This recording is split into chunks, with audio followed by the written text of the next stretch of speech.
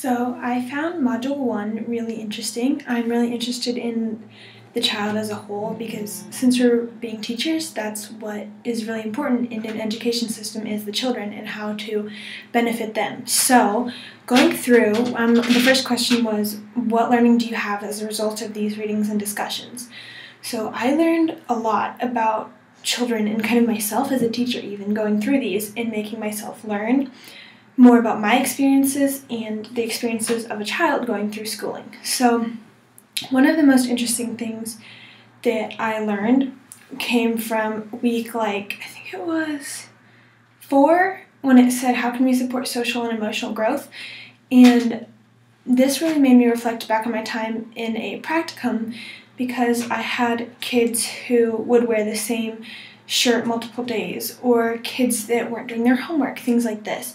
And when it came time for parent-teacher conferences, I realized that some of their home lives weren't kind of what I thought. So the kids who are wearing the same clothes, I would think, oh, their parents aren't helping them or their parents aren't as good.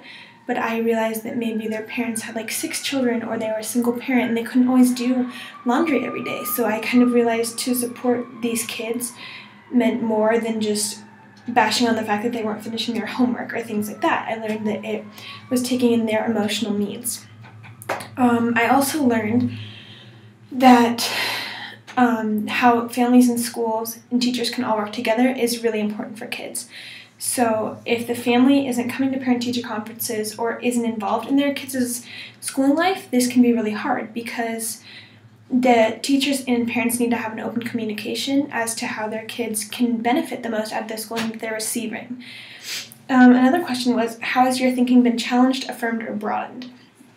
Coming into education, my experience as a student was not difficult, I'd say at all. I had really helpful parents, good teachers, good schools, kind of good everything. So I think going through and kind of thinking back to my experience in my practicum, where I was in a very diverse school, Title I school, it really challenged my thinking because I thought that, kids, if they weren't doing their homework, this was the child's fault or this was the parents' fault. But coming into this Title I school and having kids from all different backgrounds, I realized that there are other things that can affect this.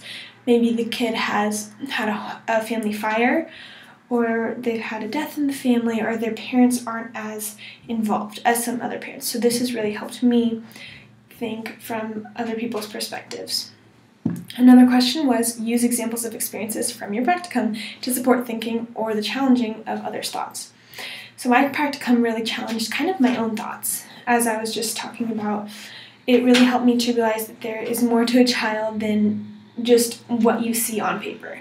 There's more to their feelings and emotions, and you really have to get to know the child and to tailor your teaching methods to each specific child if you want to be the most beneficial teacher that you can. And I think it's really important as future educators to realize that each child is different, and there are things that you can do or say or different ways to teach materials that can help to get this information more engraved in a child's brain. If some kids are better at learning spatially or visually than through lectures, I think it's important that the teacher takes this into consideration when trying to teach a child and takes into consideration that their home life isn't always perfect or that they can't always do homework or have things like that available.